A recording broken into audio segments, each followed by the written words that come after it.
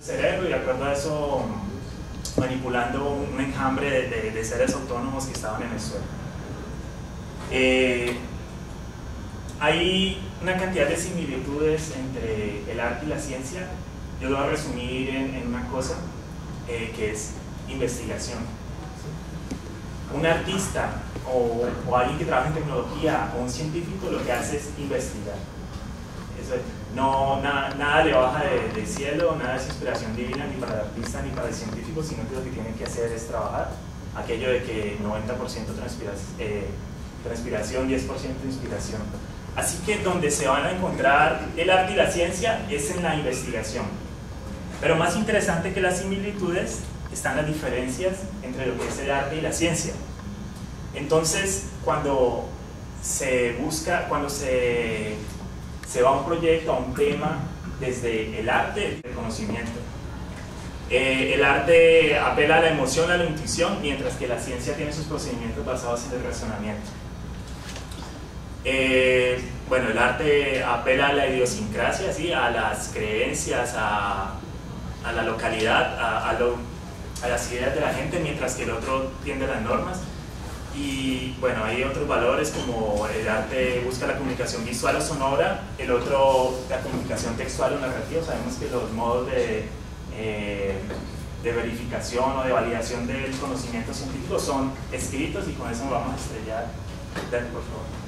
Sabes que, pues sí, me parece muy bien, pero dentro del ejercicio que yo he tenido acá dentro de la Facultad de Ingeniería Multimedia, que comento con todos y a todos les pongo esa queja, y es cómo se fusionan las metodologías, aunque yo no soy artista y es una palabra a la que le tengo mucho respeto.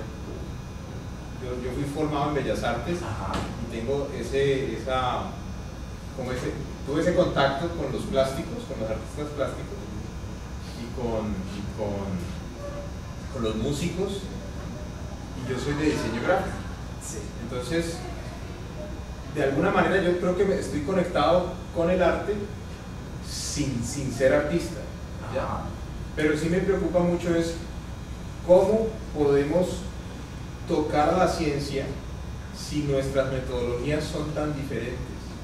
Vos estás hablando allí de la emoción, de la idiosincrasia, de la comunicación visual, de evocar las cosas y de romper con la tradición. Sí. Entonces, cuando nos encontramos en el camino supuesto del arte y se nos atraviesa la ciencia, hay un choque, porque para mí ha sido muy muy fuerte. Entonces, ¿cómo ha sido la experiencia tuya en eso? ¿Cómo justificas ese par de encuentros? Veremos que, aunque aparentemente hay esos dos mundos irreconciliables, que en algún momento de la historia se volvieron dos campos separados, dos formas diferentes de abordar el mundo, vamos a ver que hay ejemplos concretos donde esa separación no existe. Vos dijiste que eras diseñador. Sí, justo es el diseño donde encontramos esa conjunción. Ahorita hay un slide donde voy a hablar de eso. No importa que nos saltemos. El que sigue. Bueno, en el campo del diseño puede apreciarse el uso fructífero de la conjunción entre investigación artística e investigación científica y tecnológica. Porque lo que hace el diseñador no se centra solo en la funcionalidad, ¿no? Tiene que hacer que ese objeto sea significante para vos, cargarlo de otras cosas, ser emotivo. Bueno, ahí dice, producir una experiencia estética, cargarlo de sentido, apelar a la emoción, a la intuición. Él tiene una labor de artista allí. Son las cosas que acabamos de decir que hace el arte. Sobre el objeto, el diseñador lo que tiene que hacer es eso. Y sin embargo,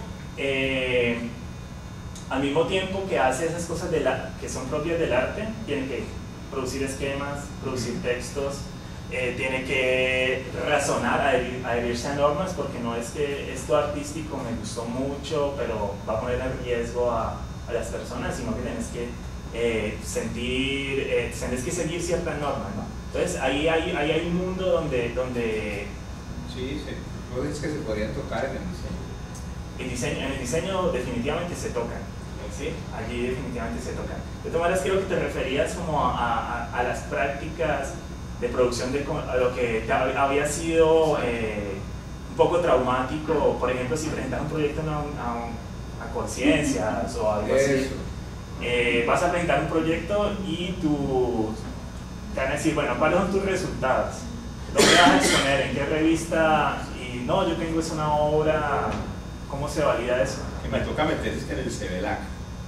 Por ejemplo. Anda a ver si en el campo de producción intelectual está, no sé, hace rato... Bellas Artes. Ajá, Bellas Artes. Bueno, pintura, escultura o... Sí. Pero bueno, eso ya se ha hablado y creo que hay que hacer, pues es un trabajo que los que estamos interesados en esta área tenemos que hacer, ¿sí? Tenemos que asumir, como todo, las instituciones están hechas por personas, así que tenemos que hacer el cambio nosotros porque pues hay una tradición muy larga en la cual todavía no son significantes algunos tipos de práctica. Entonces es algo por hacer. Sin embargo, pues no debe ser impedimento, ¿no? Si se puede dentro de ciertos ámbitos, bien, si no, de todas maneras hay que... Y en ese aspecto un espacio como este es supremamente necesario porque ¿qué es lo que va a hacer? Va a muchas miradas, muchas prácticas y de algún modo va a tratar de que encajen en ciertos requerimientos institucionales. Es una tarea por hacer. Si estaba hablando mucho, por favor, me dicen... Bueno, voy más rápido. ¿Cómo funciona el uso de investigación en los trabajos artísticos? Hay, digamos, 4 formas que lo podemos asumir. Una es que el artista realmente investigue y cree nuevo conocimiento. ¿Sí? Creó una línea de investigación y creó un nuevo conocimiento que es aplicable científicamente y tecnológicamente. Vamos a ver unos ejemplos de eso. Otra es que use la tecnología para explorar las repercusiones culturales de eso. Otra es que use la tecnología para hablar de otro tema. Y otra es que use la tecnología como un material plástico para hacer una obra de arte. ¿Sí? Entonces, miremos unos ejemplos.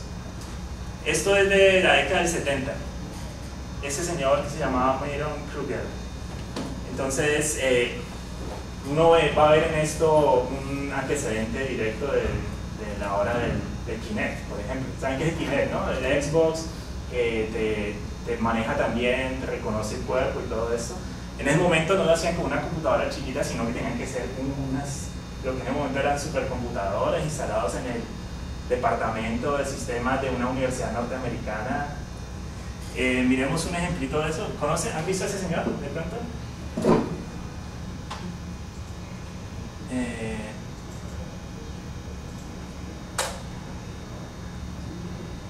Esta obra, realmente son varias obras y todo el conjunto lo ha llamado videoplay. Ahora, uno ve eso y pues, ahora qué gracia, ¿cierto?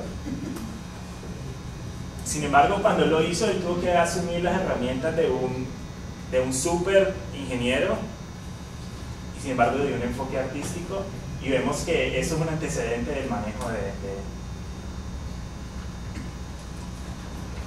lo que hace Kinect, de reconocimiento del cuerpo.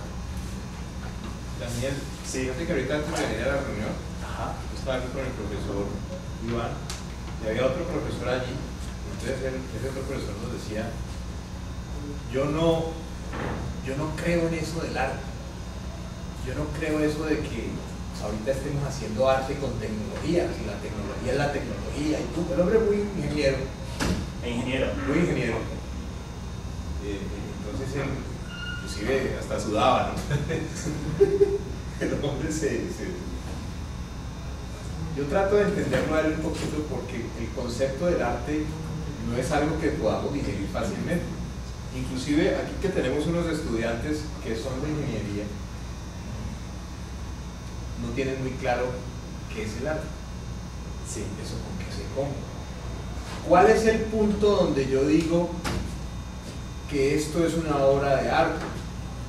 ¿En qué momento me corto el dedo y escribo Viva Colombia? O acordate de ese man, se cortó el dedo. Sí. ¿En qué momento yo puedo decir que eso es arte? ¿En qué momento puedo diferenciar eso o puedo conocer de una instalación o de un performance o de un happening? Me gustaría que nos explicaras más o menos cuáles son esos conceptos. Y yo, por ejemplo, eso lo puedo hacer, eso que está haciendo, obviamente se le da todo el reconocimiento porque fue hecho en los 70 y eso fue maravilloso. Pero estos son ejercicios, por ejemplo, que los muchachos están haciendo ahorita con el Kinect y con algunas otras herramientas, y entonces ellos van a decir, ya, tenemos una obra de arte. ¿Hasta qué momento? ¿Cuáles son los límites? ¿En qué momento se vuelve exacto arte? Bueno, ¿cómo puedo yo justificar que lo que yo estoy haciendo es arte? Lo primero que hay que decir es que lo que es, mejor dicho, el arte se caracteriza por renovar sus fronteras todo el tiempo. Mejor dicho, la labor del arte es renovar sus fronteras. Eso es, el arte lo que busca es renovarse a sí mismo, renovar su... había una definición ahí de un poco ir contra la tradición. Sí, esa es la búsqueda del arte. Así que la definición que usaste en un momento no aplica para ahora. Sin embargo, ¿qué podría ser arte? Bueno, por ejemplo, miremos en esto es obviamente algo interactivo, ¿no? Es una tecnología, eso es pionero de las tecnologías interactivas. Pensemos en aquel paradigma de las interfaces que son transparentes o son hechas para controlar. Por ejemplo, el ingeniero tiene una visión de crear instrumentos de control para que no sean ambiguos, y yo hundo este botón y este botón hace exactamente lo que yo hago. Entonces, el Kinect es una herramienta de control y está hecha para hacer muy bien exactamente lo que hago y no admite ambigüedad, ¿ya? Mientras que en un trabajo como este, él obviamente le está dando cabida a la ambigüedad, al juego, ¿sí? A que puedan pasar varias cosas allí. Entonces, en esta discusión entre ambigüedad y control, de algún modo se puede colar lo que es el arte. Cuando tú haces un trabajo y en ese momento estás tratando de hacer algo que no es, volvamos acá a la... No, este no es. Acá.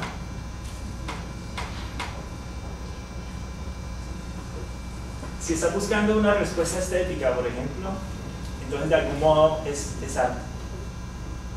Ahora, que eso resista una semana de examen acerca de si es arte, nadie lo sabe, ¿no?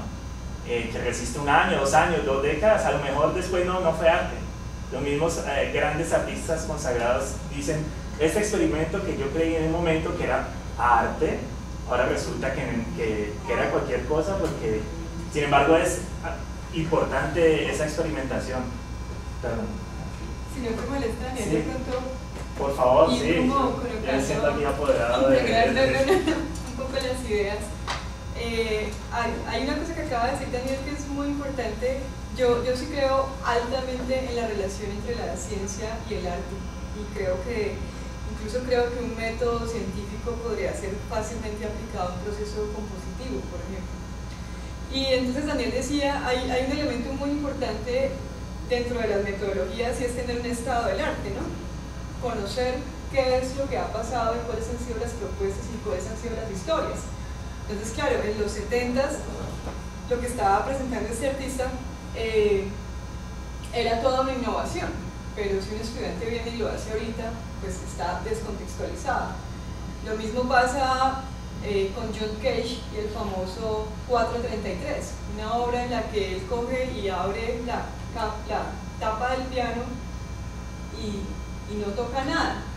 Y en esa época fue muy importante porque es la introducción es decir, John Cage, aunque él no está elaborando nada, ni está desarrollando nada, ninguna materialidad, ni tiene ninguna técnica, porque es una obra del silencio, es una obra en que el intérprete no hace nada. En ese no hacer nada, en ese momento en el que se creía que la música era solo los sonidos que venían de los instrumentos de la orquesta, él pone a un público a ser consciente, como en este momento que escuchamos el del salón, que además se va a mezclar con la música que en algún momento pondré, y todos los ruidos que hay en el ambiente, y que ella estaba diciendo, mucho cuidado, es que el mundo es un mundo sonoro y ahora queremos que ese mundo sonoro se integre al concepto de música. Entonces, aunque su propuesta a nivel de técnica no era ninguna propuesta, porque es el vacío mismo, es en un momento supremamente contundente donde conceptualmente cambia la historia de la música. Si un estudiante mañana me dice que escribió una obra que es el silencio, pues yo le digo, estás un poco ignorante del estado del arte, porque es que hace 70 años que descubrimos y hace 70 años que esa obra cumplió un papel estético fundamental. Pero ya en este momento, bueno, es un ejercicio muy importante que usted como músico entienda que eso fue un evento fundamental para la música. Entonces, sí hay una situación allí presente en el cual, como dices tú, se reevalúa la propuesta, porque en algún momento de esa propuesta hace un clic en la conceptualización de un arte particular, y si ese clic ya se hizo hace mucho rato, pues entonces pierde validez en la actualidad. Sí, pero respecto a, no importa si va a ser arte por 5 minutos, 10 minutos, lo más valioso es el proceso de experimentación e investigación que hiciste. Eso es lo que te va a enriquecer. No importa si llegas a ser un gran artista. Habrá quienes hacen arte por llegar a ser grandes artistas, pero no creo que sean esos los que llegan, sino los que tienen un proceso genuino de tratar de investigar, de descubrir cosas. Bueno, decía que hay trabajos que exploran nuevas posibilidades, como este ejemplo que les puse. Él realmente hizo unos algoritmos y creó toda una nueva técnica de detección y eso impulsó, bueno, se viene a ver 40 años después el resultado, ¿no? Se masificó 40 años después. Hay otro tipo de relación entre la investigación artística y la investigación científica, es explorar las implicaciones culturales de una tecnología. Por ejemplo, no sé, este artista que es también teórico, que se llama David Rockaby, y con la colaboración de ese señor tiene una obra que se llama Patrullas de Frontera. Lo que hace es, estas camaritas, se lo voy a mostrar en un video, pero estas camaritas enfocan y reconocen rostros, ¿sí? Cuando te reconocen el rostro, te ves proyectado aquí, inmediatamente en esta mira, inmediatamente empieza a sonar sonido de ametralladora. ¿Ya? Entonces, él no inventó el reconocimiento facial, ¿no? Eso lo habían desarrollado otras cosas. Sin embargo, está utilizando esta obra para reflexionar acerca de lo que significa la videovigilancia. Y crea una obra muy fuerte, ¿no? Que vos te veas allí y de pronto te estén apuntando. Aunque bueno, ahora con los videojuegos puede que ya estemos sobresaturados de violencia y no nos signifique nada.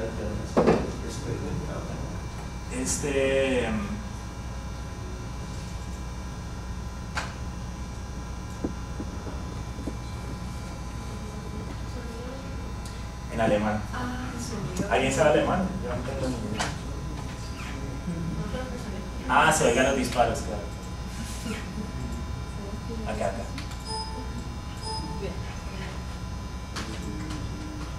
Station Border Patrol von Nacht-und-Dreikilometer Bulgarien hinterfragt die Grundlagen einer Überwachungsgesellschaft, die mit Videokameras das Gefühl von Sicherheit erzeugen möchte.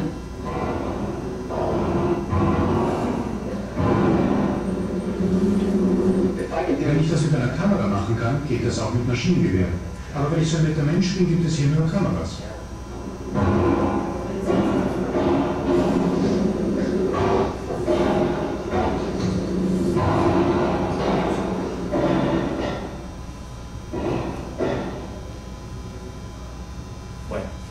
Después hay otro artista, que no me acuerdo cómo se llama, que hizo más explícita una metáfora y colocó directamente es una ametralladora, pues sin balas, ¿no?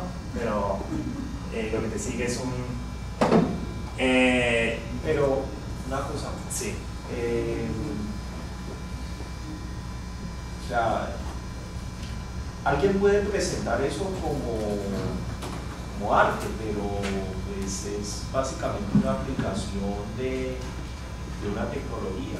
Entonces, o sea, le está mostrando como arte, pero en otro ámbito puede ser un sistema de vigilancia real.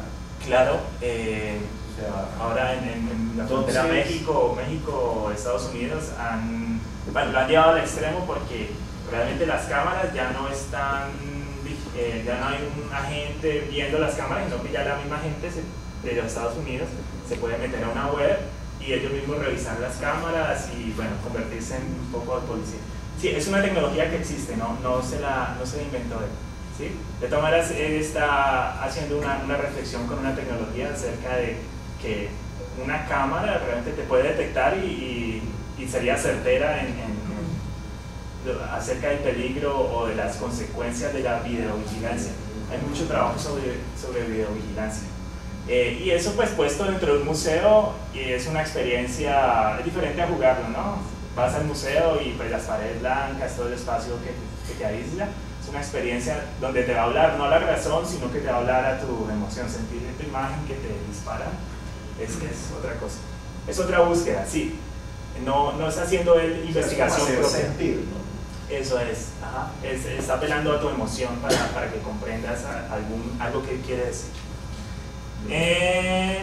Está este otro, dice, uso las nuevas capacidades para explorar temas no relacionados directamente a la investigación. Entonces, por ejemplo, se llama Telematic Dream, donde este artista que se llama Paul Sermon pone una cama en un lado y otra cama en otro. Alguien se acuesta en una, alguien se acuesta en otra y empiezas a interactuar con la imagen allí. Él usa un objeto que es la cama, que es algo como donde vos estás en la cama con alguien, una interfaz donde supuestamente estarías allí muy cerca, pero de algún modo te crea una disposición para que vos interactúes con esta. Está hablando de otras cosas, ¿no? De el otro, una cantidad de temas, ¿sí? Y está utilizando la tecnología para eso. Voy a seguir derecho, no vamos a mostrar ese video. Y por ejemplo, uso incidental de la tecnología. No sé si han visto estos mandalas que hace este señor que se llama Leonardo Julian.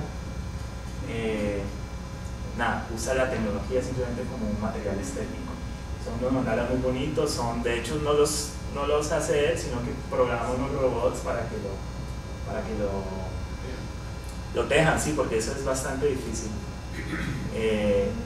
A él no le importa, no está haciendo un discurso de la tecnología, o puede que sí, pero no es tan aparente. Es un material plástico nomás. Bueno, y ahora voy a mostrar rápidamente unos trabajos de la maestría. ¿Alguien quiere decir algo allí? Esos son 3 trabajos de compañeros que estuvimos en una exposición. Hay otros trabajos de la maestría, pero yo tengo el material de voy a mostrar estos. Ese se llama Parasitoides, la compañera se llama Ana Laura Candela.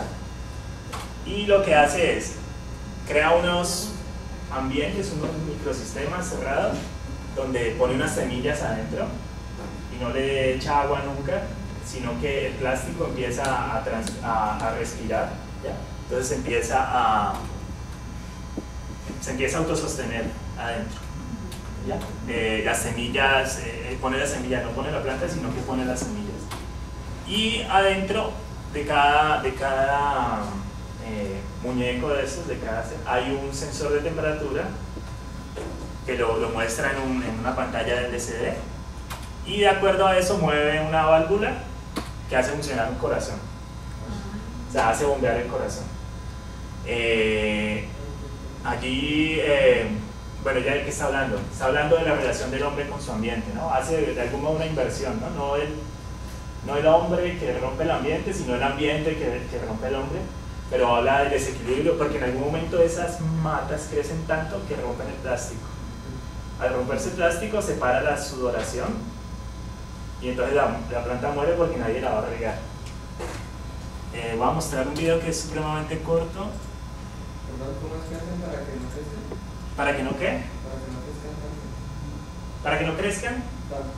No, ellas están creciendo súper bien porque la tierra está muy bien abonada y el plástico condensa humedad afuera de él y la transmite adentro por algún proceso que desconozco.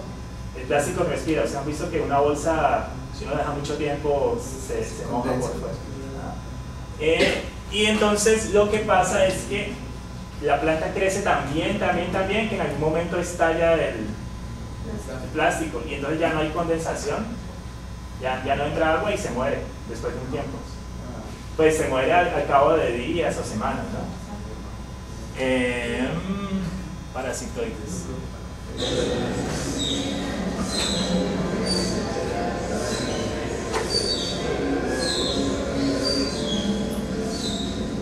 prácticamente lo que les mostré. Lo interesante es ver el corazón.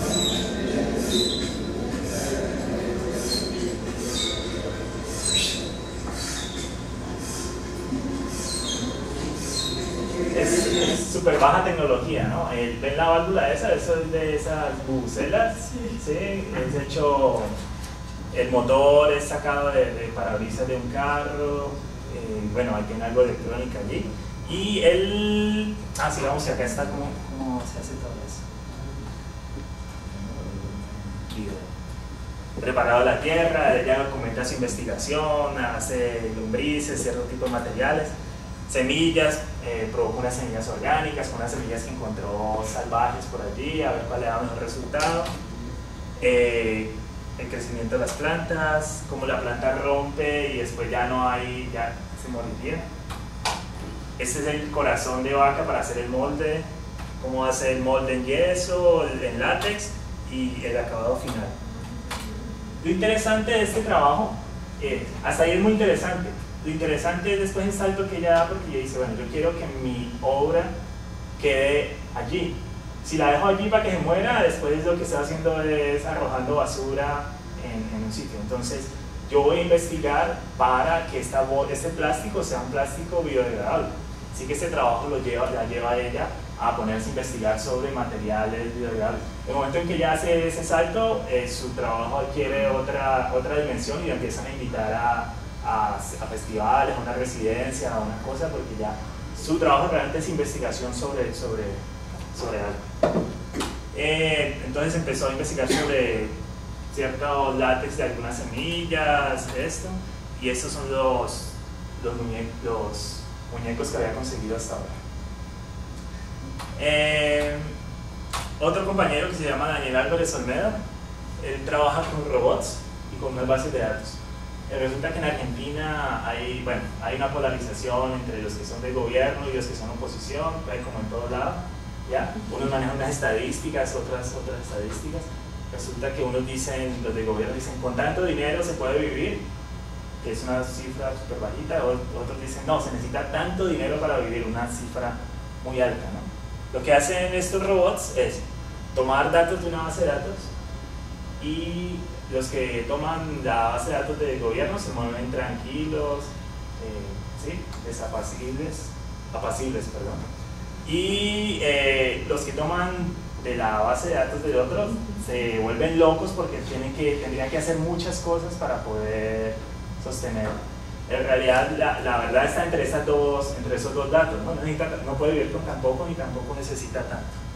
Y entonces él hace, este es como un esquema, hay muchos robots, estos robots de acá quieren comida, y los que están dentro significa que están como dentro de unos círculos, de afuera están afuera, no tienen comida, están moviéndose aceleradamente. Y trata de hacer un ecosistema con entes autónomos. Ese es su trabajo. Y este soy yo. Mi trabajo se llama Cinéfago. Y lo que es un robot que se desplaza por el espacio. Hay unos videos proyectados en el espacio. Vamos a ver si hay aquí. Hay un proyector arriba que proyecta fragmentos de video en diferentes partes. Así que el robot lo sigue y cuando toca uno ven que empieza a pixelarlo, a consumirlo, hasta que lo desaparece. Y le voy a mostrar un video. Este está más largo, así que lo voy a acelerar un poquito.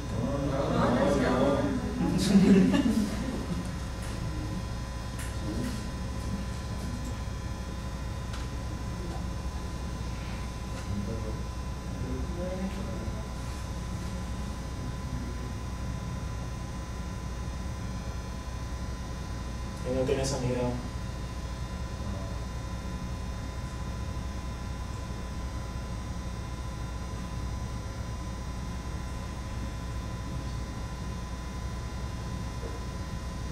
¿Se alcanzan a ver que eso es un rastro que va dejando? Sí. Ah, muy bien.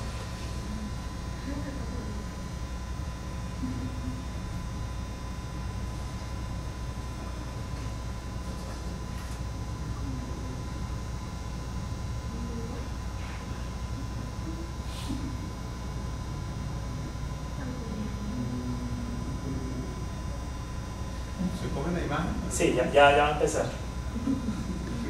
Ya va a empezar. Ahí empezó allá empieza a mostrar más cómo se come la imagen o consume la imagen. Es una metáfora de consumo de imágenes.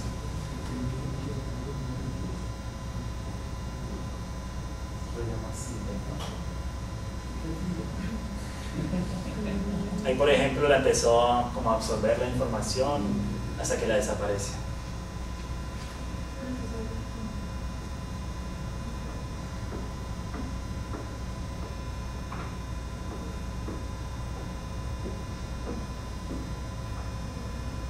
Me han preguntado varias veces para qué sirve.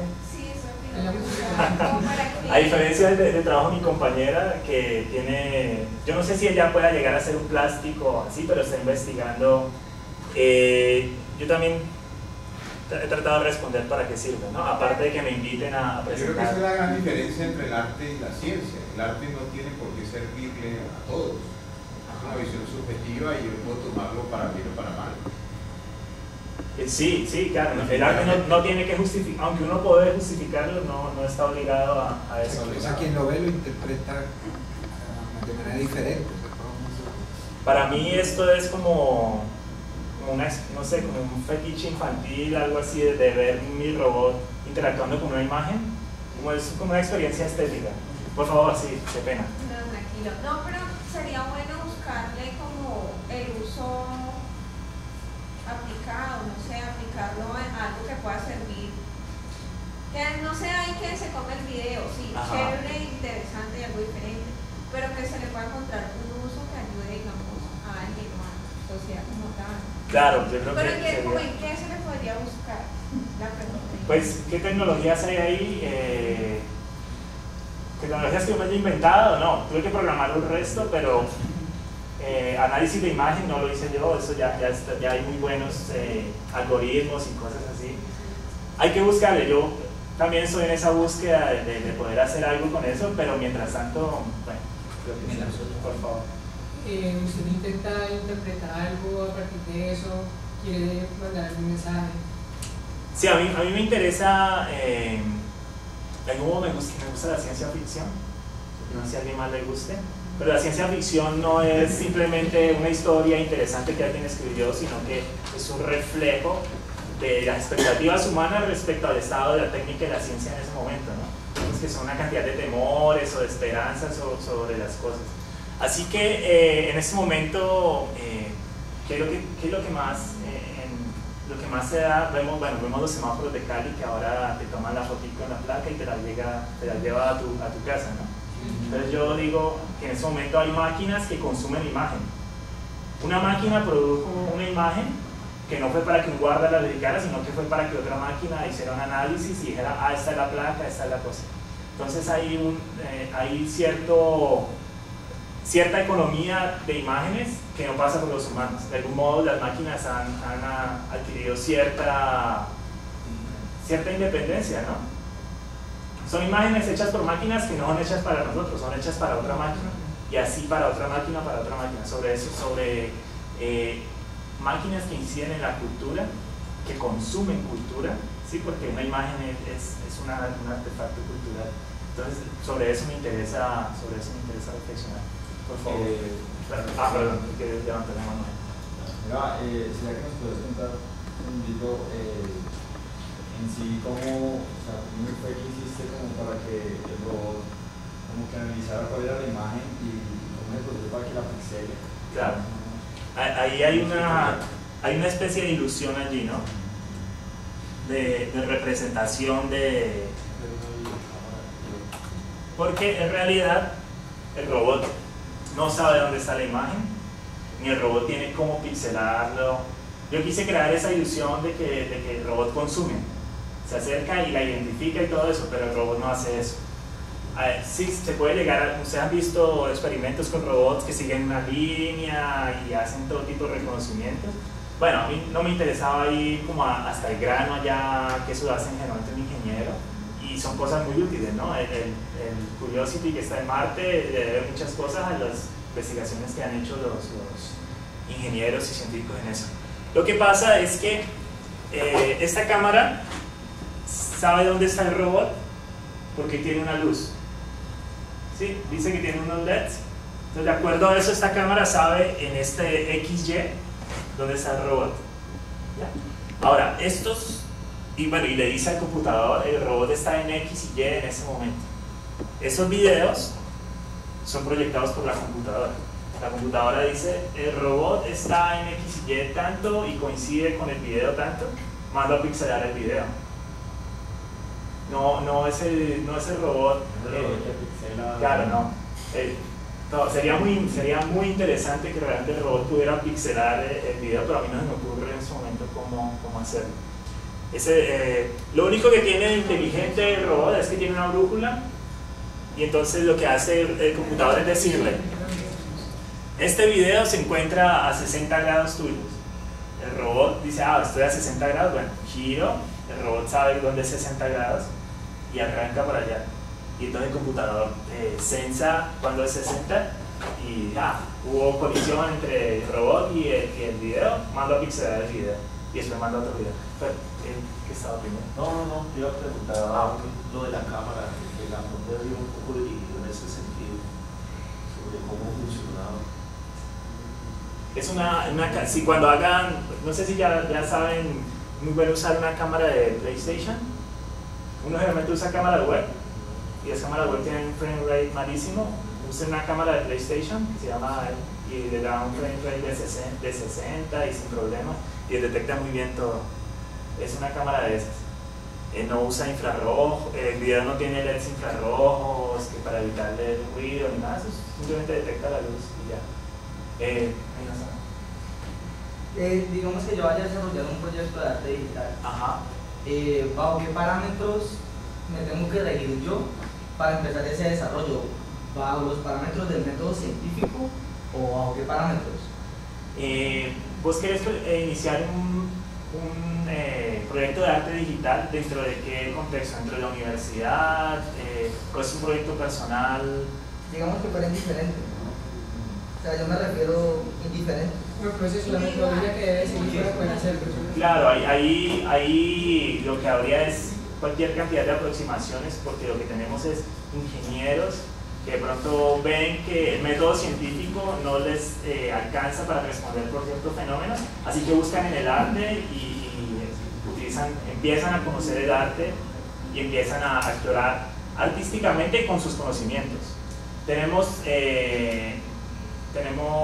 artistas que de pronto quieren hablar de temas, por ejemplo, la complejidad, y pues un pincel y una acuarela no les da para hablar de la complejidad en la forma que ellos querían, entonces se acercan a las herramientas tecnológicas.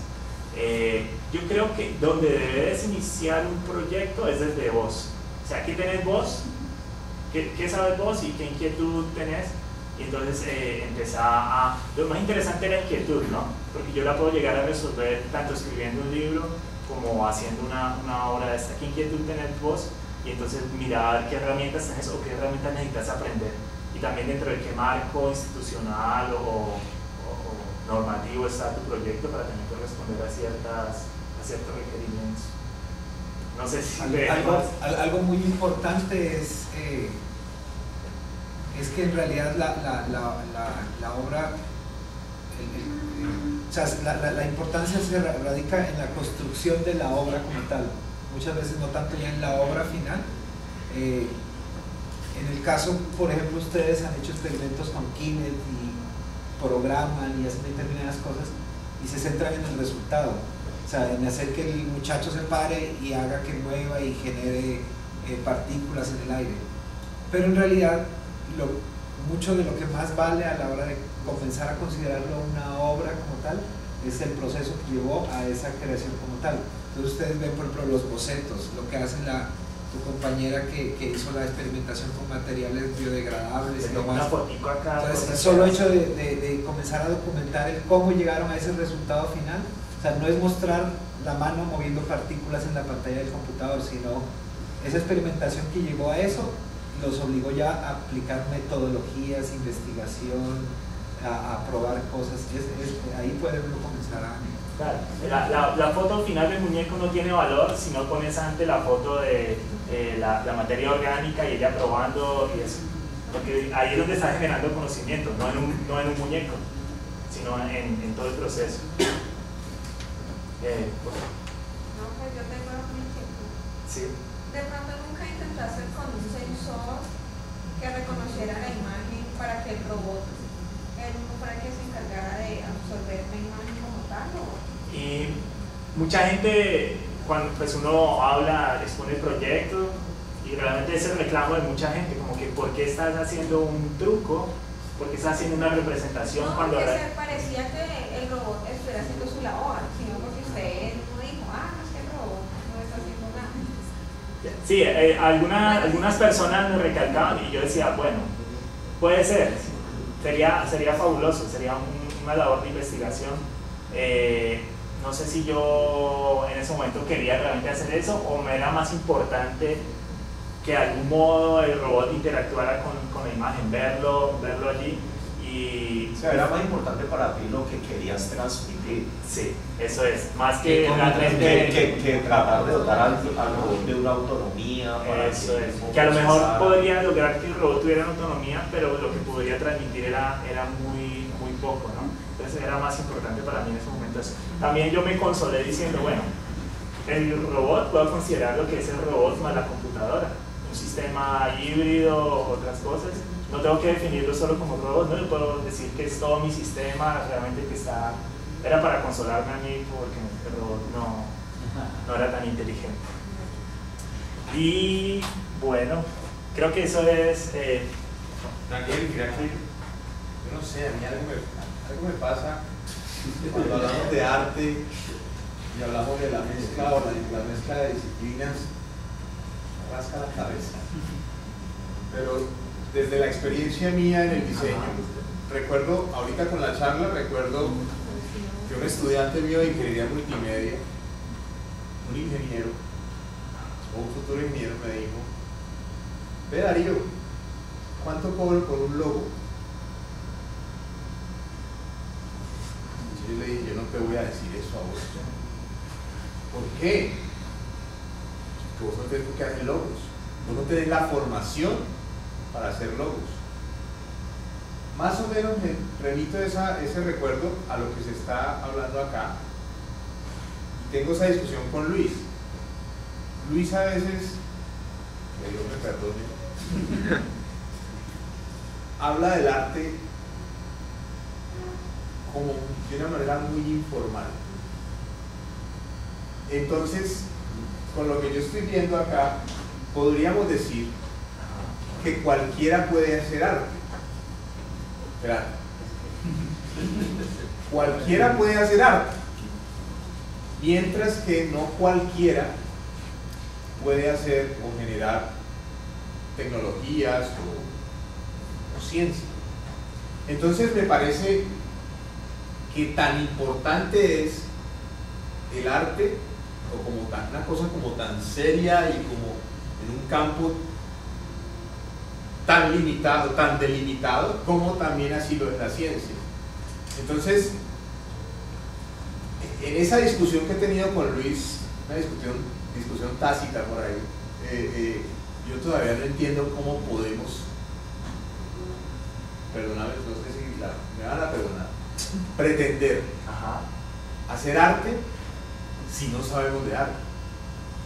Ahorita, por ejemplo, Alzate, un estudiante nuestro me decía, ya entendí, lo que tengo que hacer es generar sensaciones y emociones con lo que yo esté haciendo. Definitivamente así lo es. Pues es un comienzo. Es un comienzo, exactamente.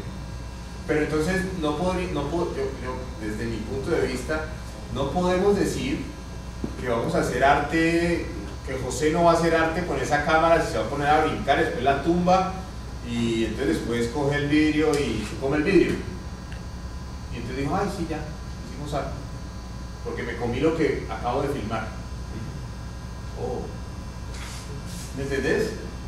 Entonces cuando pues perdónenme, como yo me formé en Bellas Artes, yo vi unos muchachos que estaban estudiando artes plásticas y son esos muchachos, como decías al inicio, sensibles y que viven su arte desde el dolor o desde el azar, ¿me entendés? Entonces me parece muy tenaz que ahorita, hoy en día, venga un ingeniero y me diga, es que estoy haciendo arte. Eso no es así tan sencillo. Creo que está el tema de la validación. Mientras que un artista plástico no te va a venir a decir, perdóname, un artista plástico no te va a decir, no, es que yo voy a hacer esta tecnología, me da un infarto. ¿Entendés? Y además que el hombre, yo estoy absolutamente seguro que no creo que lo pueda venir a decir así como tan sencillamente. O sea, yo creo que en vez de uno enfrascarse en la discusión formal de que esto es arte, esto es tecnología, porque eso finalmente le corresponde a unas instituciones, sea locales o sea un aparato global de definir de lo que es la validación del arte, ¿sí? Que así como la ciencia tiene sus paradigmas, el arte tiene sus paradigmas y tiene su lugar de exposición, sus salas, todo eso. Uno puede enfrascar en eso, pero entonces matarse el proceso, matarse el germen desde el principio, porque es que lo que yo hice seguramente ya lo está haciendo alguien más, en ese momento tira la cámara y se la come, y seguramente ya alguien hizo eso antes y fue la ruptura y todo, en ese momento no es arte. Sin embargo, hay que distinguir que eso no es un arte para validar ante unas instituciones, sino que es un arte que está en un proceso de aprendizaje. Y en ese momento yo creo que ahí es que cuidar ese germen, ¿no? No hay que decirle, no, lo tuyo no es arte porque lo estás matando. El arte es un proceso, la ciencia es un proceso. Así que, no, pero ¿cómo estás haciendo ciencia con aritmética? Con pura aritmética. Seguro que alguien puede encontrar relaciones interesantísimas entre formas geométricas y seguro que empieza a hacer ciencia. Así que creo que tendríamos que olvidarnos un poco de las definiciones. En ciertos momentos hay que olvidarse un poco de las definiciones porque nos bloquean. Eso es, tenía bloqueada la palabra. Nos bloquean. La música es lo único que soy. Me he dedicado a estudiar la música. Estudié composición en la Universidad Mariana de Bogotá. Me gradué, vine aquí a Cali a trabajar en la Universidad del Valle en el área de teoría musical y análisis y composición. Hace 3 años con una beca Fulbright pude hacer una maestría en Estados Unidos. Esa maestría fue en teoría musical y en música, pues composición y composición por computador o composición electrónica. Actualmente ya de vuelta en la Universidad del Valle, acabamos de comenzar, tal vez en agosto o septiembre del año pasado comenzamos el grupo que se llama Interlab.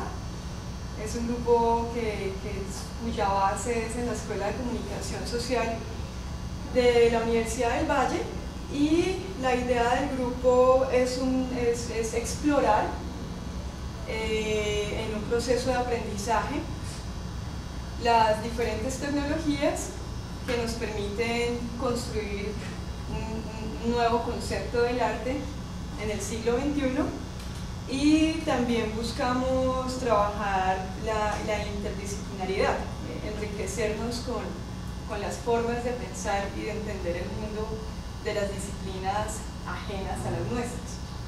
Entonces esa es un poco la idea de Hyperlab. Creo que voy a comenzar colocando una obra de música electrónica y empezando quizás probablemente a que surjan las primeras reacciones al respecto de lo que es el arte.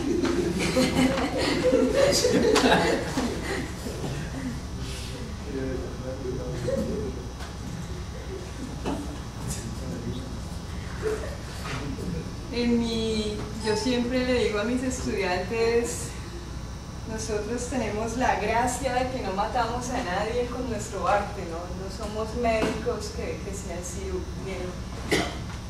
En la centro de cirugía nos equivocamos, vamos a infligirle un daño a alguien. Yo creo que lo más bonito del arte es que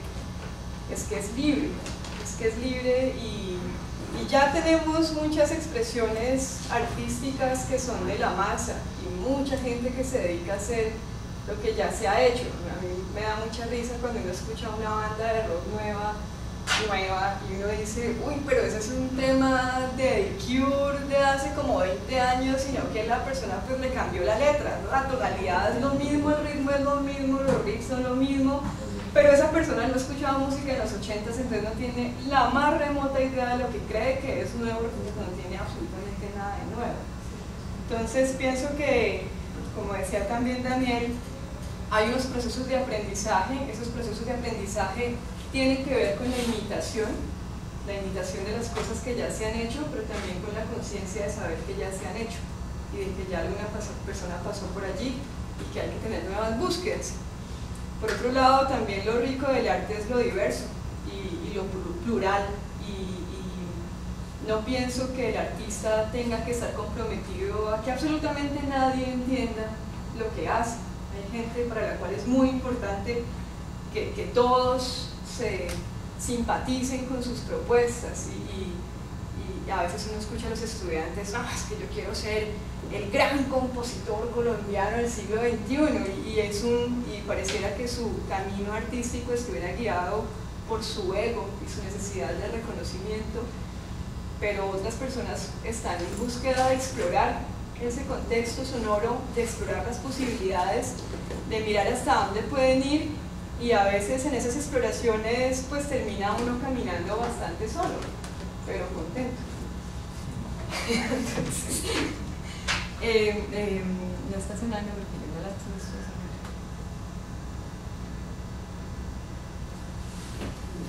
Adriana, yo tengo una duda, que de pronto para Luis también. ¿Por qué hay ahora tanto auge con los Media Lab? O sea, estos espacios donde se dice que se trabaja de forma colaborativa, pero pues, o sea, ¿qué hay detrás de los Media Lab?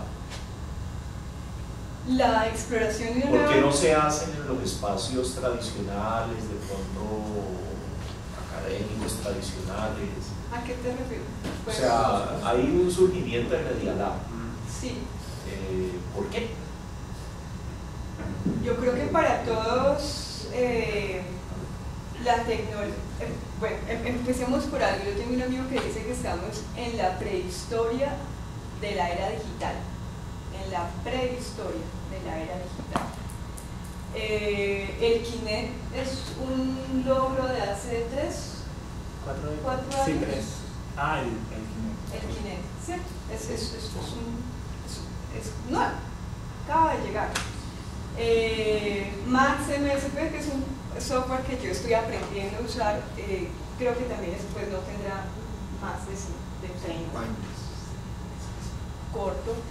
Pro Tools es una herramienta que se usa mucho en el ámbito de la grabación, pero es poco conocido en el ámbito, pues es poco conocido por el común de la gente en el ámbito de la composición.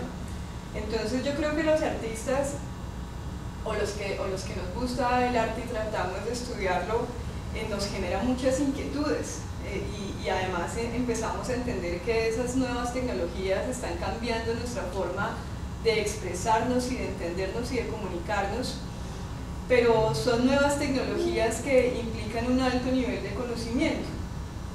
Por ejemplo, Hyperlab está tratando de así amarrar a Daniel y secuestrarlo para nuestro laboratorio, porque él tiene conocimiento de programación que yo no puedo superar, y que no tendría sentido yo tratar de aprender en los siguientes 10 años lo que él ya ha aprendido en los últimos 10 años. Entonces lo bonito de los Hyperlab es que nos sentamos a pensar una idea, y entre todos tratamos de armar esa idea conjugando los conocimientos de hasta cada donde quien. yo sé, yo no creo que sepa mucho tampoco del tema. De los primeros Media Lab que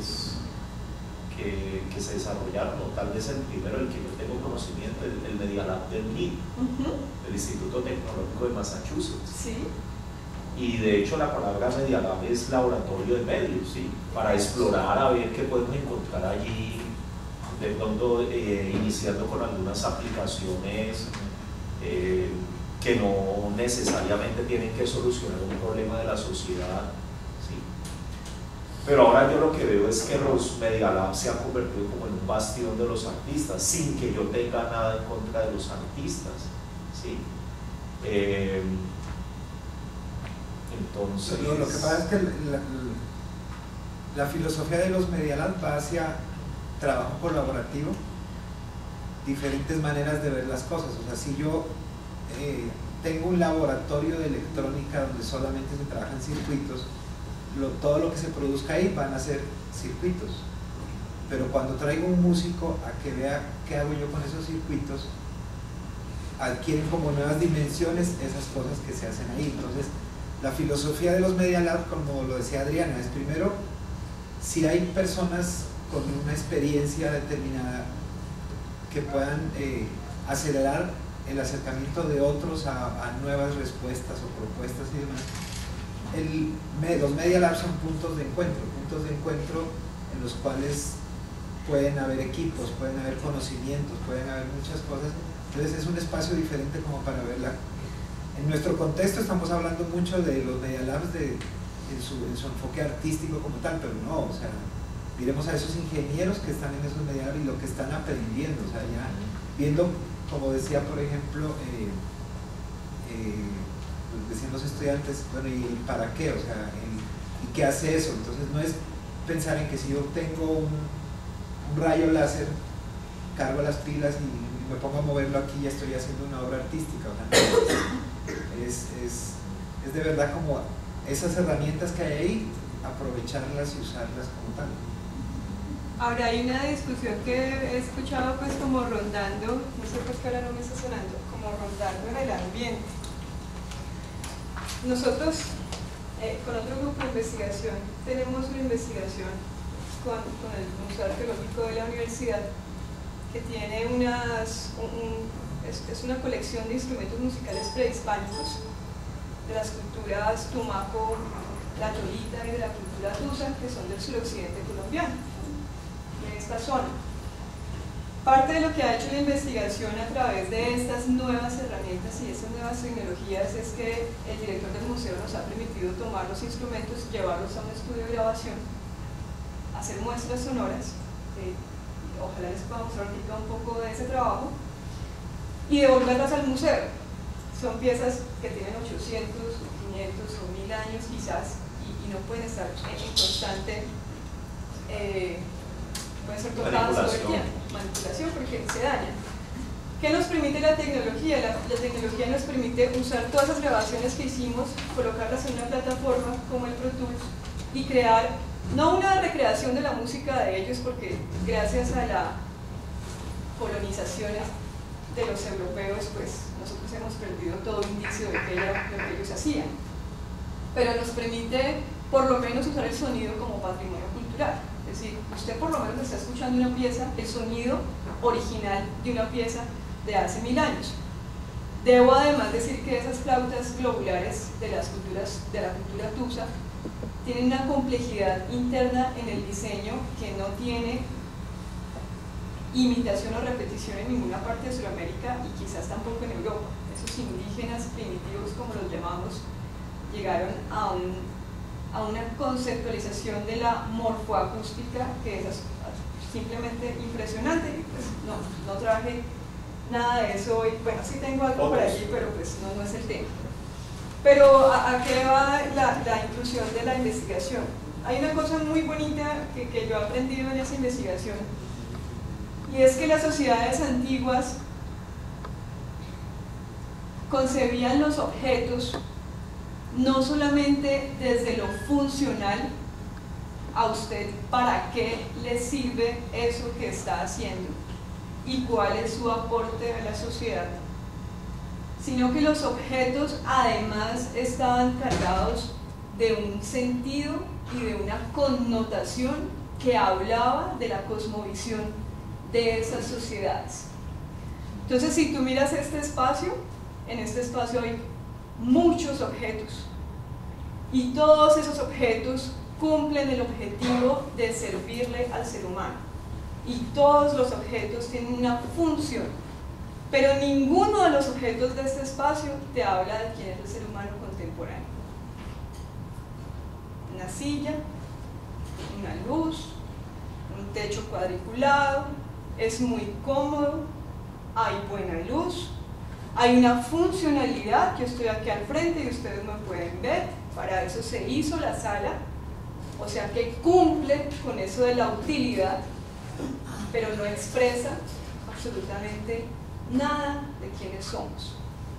Y si hay una belleza del arte, es que el arte no solamente se preocupa por el para qué, y para qué me sirve, y cómo mejora mi vida, cosas básicas de la expresión humana, como sobrevivir, cómo no quemarme, cómo comer, cómo abrigarme, la base, lo básico, lo mínimo que puede hacer el ser humano. El arte va más allá y trata de decir, además de que ya satisfacimos esas necesidades de nuestra vivencia en un mundo físico, ¿qué más podemos hacer? Y el arte está allí para eso. Por eso el arte se pregunta por otras cosas que a veces a la luz de muchas personas parecieran vacías de sentido. Vamos a ver si ahorita sí suena un poquito de lo que tenemos aquí. ¿No? Ay, pero ese personaje creo que no reinicié. Es que mi computadora está... Sí, no lo leí. Y ya no va a volver. Bueno, no importa. No te preocupes. Voy a colocar, por ejemplo, esa piecita.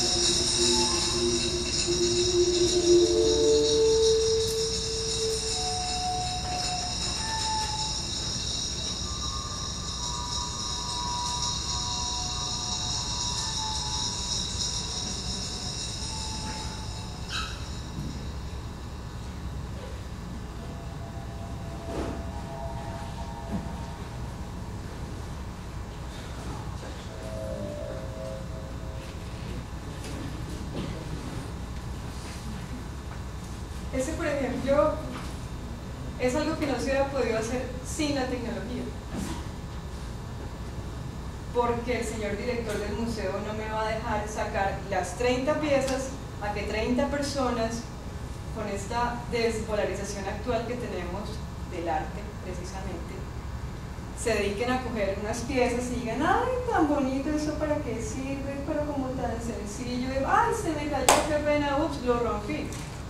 Nunca me hubiera dejado que 30 personas se dedicaran a tocar las piezas y a practicar y a ensayar hasta que por fin pudiéramos construir una pieza musical y poder decirles, pues no es que digamos que las comunidades Tusa tocaran de esta manera, pero definitivamente esos son los materiales sonoros con los que ellos trabajaban. Entonces la tecnología permite un encuentro y además permite un rescate. ¿Por qué? Porque en los museos los objetos están precisamente aislados de todo su sentido. Hay un arqueólogo que se llama Apadurai que dice, un antropólogo que se llama Apadurai que dice, los objetos cobran sentido cuando podemos ver el movimiento que ellos tienen en la sociedad, cómo los usamos, qué sentido tienen, qué es lo que transmiten y cuáles son las necesidades que crean una comunidad. Cuando yo voy a un museo como el Museo del Oro en Bogotá, la flauta está allí detrás de una vitrina y a mí me dicen que es un instrumento musical, pero yo nunca lo escucho, ni tampoco sé que ese instrumento musical estaba relacionado con un rito del agua y la lluvia y la fertilidad y la necesidad de tener unas cosechas, que todo eso nos lleva a la continuidad de la especie.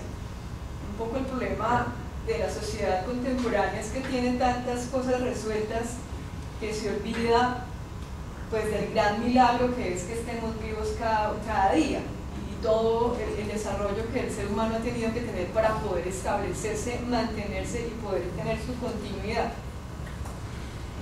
Por otro lado, es muy fácil decir que el arte lo puede hacer cualquiera cuando uno desconoce la profesión del arte y cuando uno no ha estado adentro de las disciplinas. Yo puedo decir que un acorde de dominante tiene una séptima y que la séptima debe resolver con grado conjunto descendente porque ella, construida con el cuarto grado de la escala, forman un intervalo de tritono que es el más tensionante y que en la resolución correcta de esos dos grados que llegan a la tónica encontramos el ámbito de la tensión y el reposo en la música clásica. Y puedo decir que en el romanticismo ese acorde dominante puede estar precedido por una sexta aumentada, que es una cuarta aumentada con una sexta rebajada tomada de la tonalidad menor, aplicada a la tonalidad mayor, y que ese acorde debe llegar al primero cis4 y después ir al quinto y después ir a la tónica. ¿Alguno entendió qué estoy diciendo? Tienen la más absoluta idea. Ese es un tema del sexto semestre de la carrera de música. Y es un tema ubicado en 1780, 1860. Podría muy bien decir que en los 70 una compositora como Saharia Juemerilcame estaba trabajando con la música espectral porque el sonido se basa en la serie armónica que consiste en una reiteración de interválicas que son constantes y que pertenecen al fenómeno acústico del sonido. Y así podría hablar de cada una de las escuelas y toda una de las técnicas de escritura que hacen parte de esa música que ustedes escuchan en esos parlantes cuando entran a esta universidad. Un poco el problema de las artes es que nuestras disciplinas han sido muy pormenorizadas, fundamentalmente por desconocimiento de lo que implica hacer el arte. Y porque como el arte no es funcional y como no comemos del arte ni nos abrigamos del arte, entonces no es tan importante y quizás no se haya desarrollado y quizás no implique un pensamiento complejo. Pero si uno se va al fondo de la música como es leyenda urbana, está altamente relacionada con las relaciones matemáticas.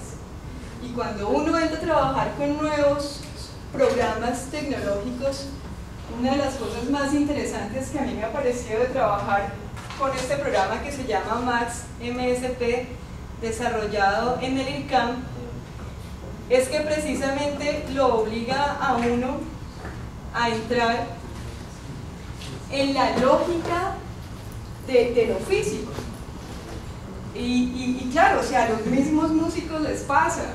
Para eso, uno de mis crisis con mis estudiantes es decirles, pues sí, usted se puede sentar debajo de la luna y enamorarse esa noche y escribir una canción de 3 minutos, pero si usted quiere escribir una obra para orquesta que usa alrededor de 20 instrumentos diferentes y quiere que dure 20 minutos, pues la inspiración le va a durar 5 segundos.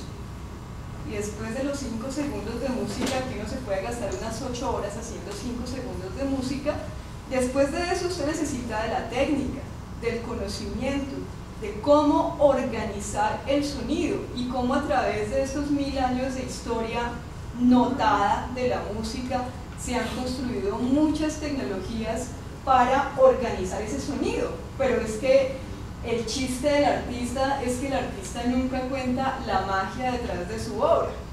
Yo me imagino que si Daniel se sienta a hablar de todo su proceso de programación para lograr que el robotcito se coma la imagen, se puede tirar toda la semana tratando de explicarnos cómo fue que hizo ese proceso. Pero el artista usualmente llega y presenta la obra y ella pasa a juicio de los demás. El artista nunca se sienta a decir cómo la hizo. Es como un mago que se guarda el truco, pero lastimosamente por eso a veces se considera que entonces es fácil y que es una cosa que cualquiera puede hacer, cuando no es realmente así. ¿Qué es lo interesante de la tecnología? Y yo mencionaba ahorita a John Cage. La tecnología ha abierto y cambiado la conceptualización de la música. Y muchos músicos tradicionales y los músicos a veces son bien cuadriculados, ellos consideran que la música es solamente aquella que viene de la orquesta, entonces la música solamente es el violín y la música solamente es el cello y el ruido es simplemente el ruido y el ruido no es música. Por otro lado también tenemos la carga de pensar en esas bellas artes y decir que es que el arte tiene que ser bello y tiene que ser bonito y tiene que expresarme unas emociones muy agradables y que si no lo hace entonces no es arte. Muchas veces cuando uno escucha las obras contemporáneas de los compositores contemporáneos, los estudiantes son muy críticos. Uy, qué música tan horrible. Y hay música que, como el Treno para las víctimas de Hiroshima, que son como unos gritos así que hacen las cuerdas con un glissando y la gente queda agarrada. Y uy, pero ¿esa música qué? ¿Esa música qué? Es que los compositores del siglo XX estuvieron en la Segunda Guerra Mundial, estuvieron en la Primera Guerra Mundial, fueron desplazados, vieron morir a sus familias, terminaron todos en Estados Unidos. Hay un compositor como Anton Webern que cogió y escapó de la ciudad que estaba siendo bombardeada y llegó a un pueblito, y en un pueblito había un soldado alemán que cogió y le pegó un tiro y se muere en 1945, justo al final de la guerra. Entonces, ¿cómo pretendemos que estos compositores del siglo XX hagan una bella arte, un arte bonito?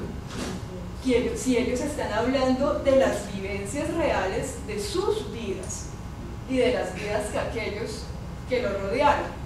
Entonces, el siglo XX es muy interesante porque el siglo XX arranca con una individualización de la expresión musical.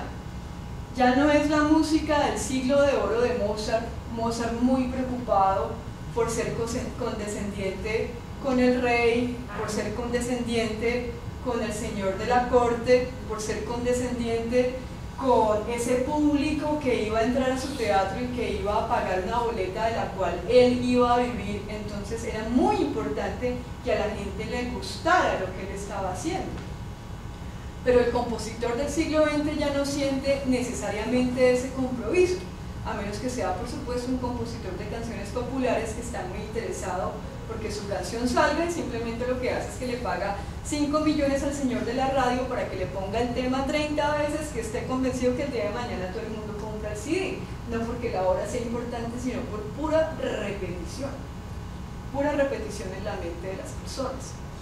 Entonces el siglo XX es interesante en ese sentido, y es interesante en el sentido de que integra el ruido como parte de la expresión sonora, y dice también que el arte puede ser algo más allá de la belleza, sin que no siempre tenga que ser feo, pero también el arte es conceptual, el arte también busca enseñarnos.